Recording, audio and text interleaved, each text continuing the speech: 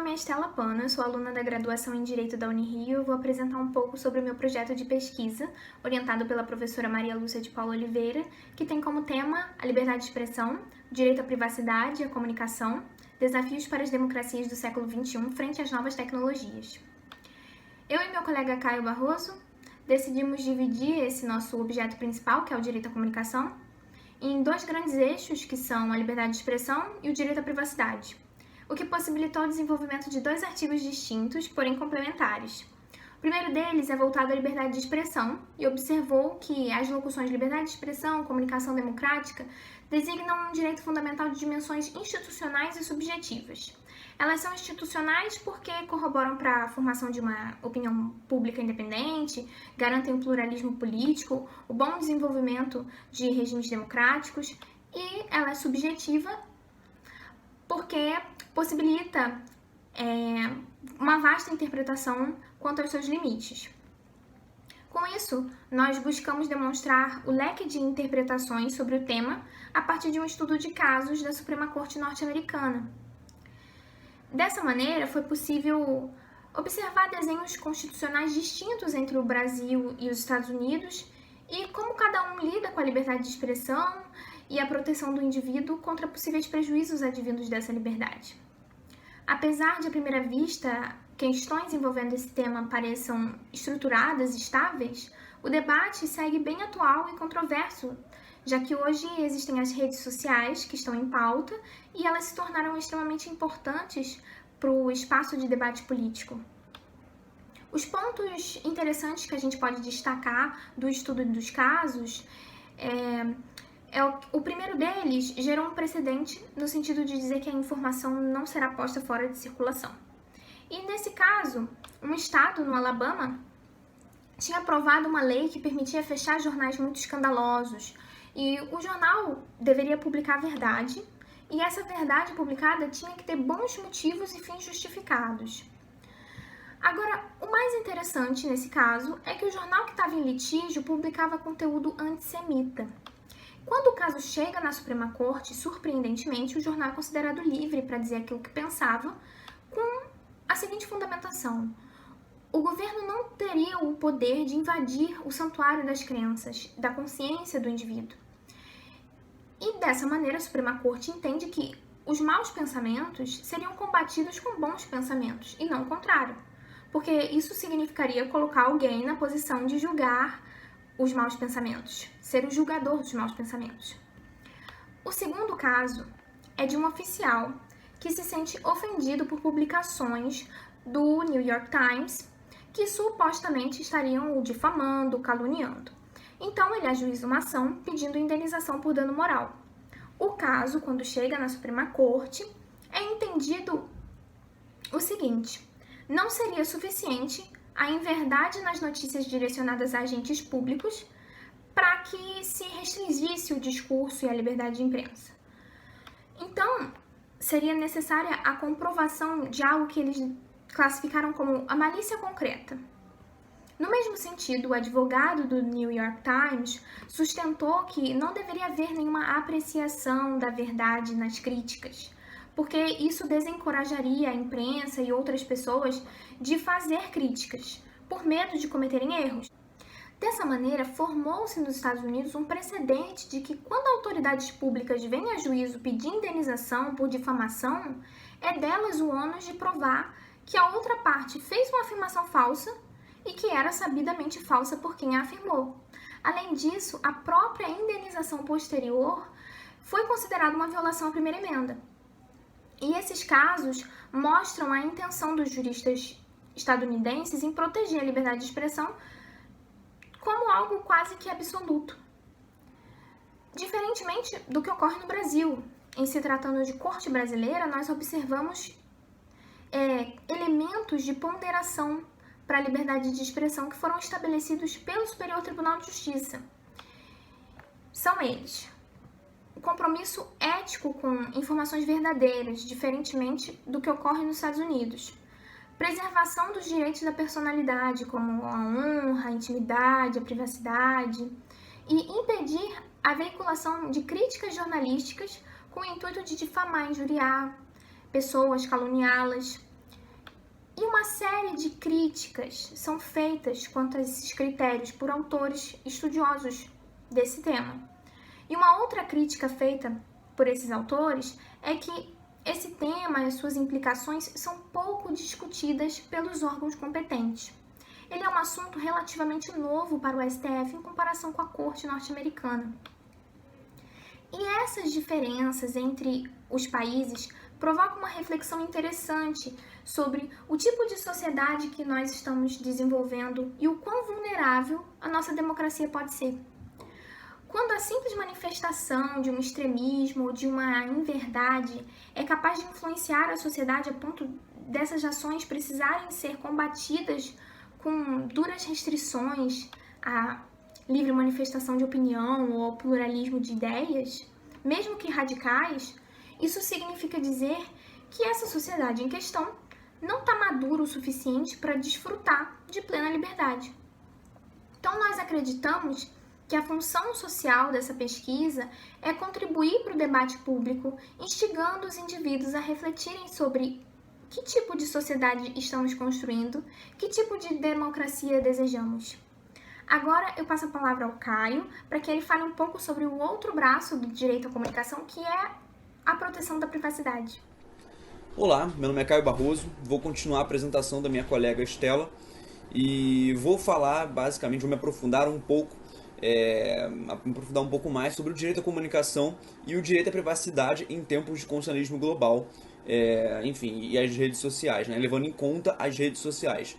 É importante fazermos essa concepção temporal, né, de constitucionalismo global e relação às redes sociais, porque vivemos numa época inédita na história humana, né?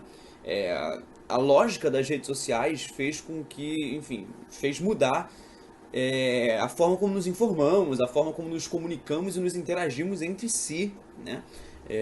A comunicação por si só modificou drasticamente, não só no sentido, no sentido mais do senso comum, né? Como conversar pelo WhatsApp, qualquer coisa do tipo, mas também para uma lógica totalmente estruturada na tecnologia, a qual nem nos damos conta. Mas essa tecnologia, querendo ou não, já roubou o protagonismo dos meios informacionais, né? Como podemos ver, por exemplo, na pesquisa da Global Digital Overview de 2020, que diz que o brasileiro médio gasta 3 horas e meia, em média, nas redes sociais por dia. E outro dado também muito interessante é o da Reuters Digital News Report, que verificou que 67% dos brasileiros declaram se informar através das redes sociais. Esse número ultrapassa o da televisão, ou seja, as pessoas se informam mais pelas redes sociais do que pela televisão. E isso é um fator inédito em nossa história e só por isso já demonstra, a grandiosidade no sentido de escala mesmo, né, que as redes sociais nos traz. E essa pesquisa basicamente busca debater a natureza do mundo em que vivemos hoje em dia, a natureza filosófica, por assim dizer, do direito à comunicação e do direito à privacidade, e busca tentar direcionar um horizonte a qual possamos caminhar como sociedade, levando em conta as novas modificações tecnológicas que vêm acontecendo dia após dia, né? Caminhávamos há pouco tempo com a televisão e hoje em dia estamos numa meia maratona correndo com os avanços tecnológicos das redes sociais. E a principal característica da comunicação do direito à comunicação, por assim dizer, nos dias de hoje, é o fato de que hoje em dia minimizamos até a escala fundamental, por assim dizer, a escala mínima, por assim dizer, da unidade fundamental, agora me expressei certo, da unidade fundamental do ser humano, que é o indivíduo.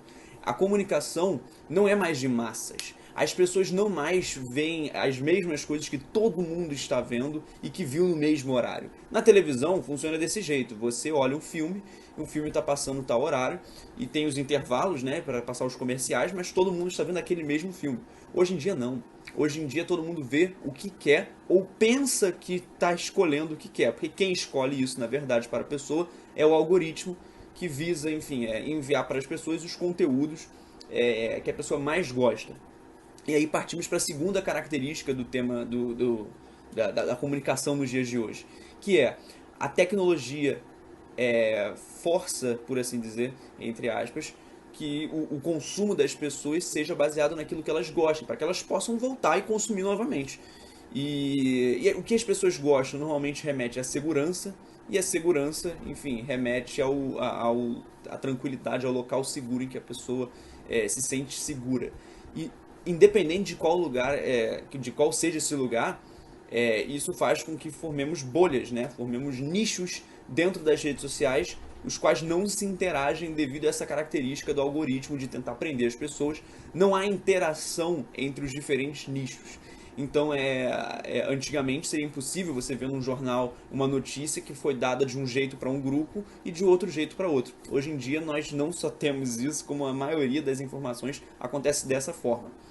E uma outra coisa também importantíssima, agora vindo para o direito à privacidade, é a forma como os dados são utilizados, os dados pessoais das pessoas são utilizados não só pelas empresas de rastreamento primário, como Google, Facebook, Instagram, mas também como as empresas de rastreamento secundário de dados, de compartilhamento, perdão, rastreamento não, compartilhamento secundário de dados funciona. E aí eu posso citar, por exemplo, a Axicom, a Private Eye e diversas outras empresas que trabalham nesse nicho de venda de certeza. Infelizmente, eu poderia discorrer por esse assunto por mais de hora, mas o meu tempo é curto, e então eu vou só resumir dizendo que o Facebook e essas outras empresas de rastreamento primário, de compartilhamento primário, elas utilizam dos dados das pessoas para poder vender certezas em publicidades. Ou seja, já que só você consome aquela tela que você está vendo, só você vai receber uma propaganda, e isso vai fazer com que essa propaganda possa ser cada vez mais específica ao seu gosto, para poder aumentar a possibilidade da compra, né, da finalização da compra ou do download do serviço que está sendo divulgado para você. E isso, enfim, diferente da televisão, né? Que antigamente você teria que passar uma certa publicidade num horário que todo mundo está vendo. E esses dados, né, que nós fornecemos dia após dia nas redes sociais são utilizados para melhorar cada vez mais, aperfeiçoar esse algoritmo que vai nos dar a propaganda melhor possível, né? Só que esse primário, até aí, há o consenso das pessoas por terem assinado os termos de compromisso desses sites, né, dessas redes sociais. Mas o compartilhamento secundário de coleta de dados dessas empresas que eu falei, a Private Eye, a Axicom, ela não é feita dessa forma. A Axicom, por exemplo, ela possui uma database eles mesmos divulgam oficialmente uma database de 1/10 da população mundial. Sem contar, enfim, quem não está nos números oficiais. Mas eles utilizam essa mesma lógica, quanto mais dados, mais certeza se vende, exatamente para poder ir desde vender certeza, por exemplo, para algum plano de saúde, alguém que tem um hábito alimentar, que deu a deixa nas redes sociais de ter um hábito alimentar muito ruim, vender essa informação para um plano de saúde, ou para um seguro, para uma corretora de plano de saúde, no caso, ou para uma corretora também de seguro de saúde, até influenciar eleições, né? Como já vimos o que foi feito nas eleições norte-americanas, nas eleições brasileiras e em diversas outras eleições. E onde entra o direito no meio de toda essa situação, né? Infelizmente, como já falei, o meu tempo é muito curto, então não posso discorrer mais sobre tudo isso que está acontecendo. Mas o direito entra com a GDPR na Europa, né? E a LGPD aqui no Brasil, que são as primeiras leis que tentam exatamente regular, dar início ao histórico, né, de regularização do direito à privacidade e do direito à comunicação no que tange às redes sociais, né? A GDPR é o primeiro marco de regulação de coleta de dados na internet, de coleta, utilização, venda de dados pessoais de grandes massas na internet. E o artigo que eu escrevi, além de tratar de como que essa coleta de dados e como que funciona a comunicação nos dias de hoje, ele também discorre sobre a GDPR e sobre a LGPD e sobre as inovações jurídicas em que elas possuem. Queria encerrar com a frase do Max Weber, que diz que o fato de que aquilo que chamamos de desenvolvimento tecnológico dos tempos modernos ter sido orientado de maneira tão ampla economicamente para a obtenção de lucro é um dos fatos fundamentais da história da tecnologia. E isso significa o quê? Significa que temos que sempre tomar, não fazer um juízo de valor, mas analisar a forma como nos estruturamos economicamente, politicamente e socialmente, porque a tecnologia vai servir os interesses dessa estrutura. E nós podemos ditar essa estrutura e não a tecnologia. Obrigado.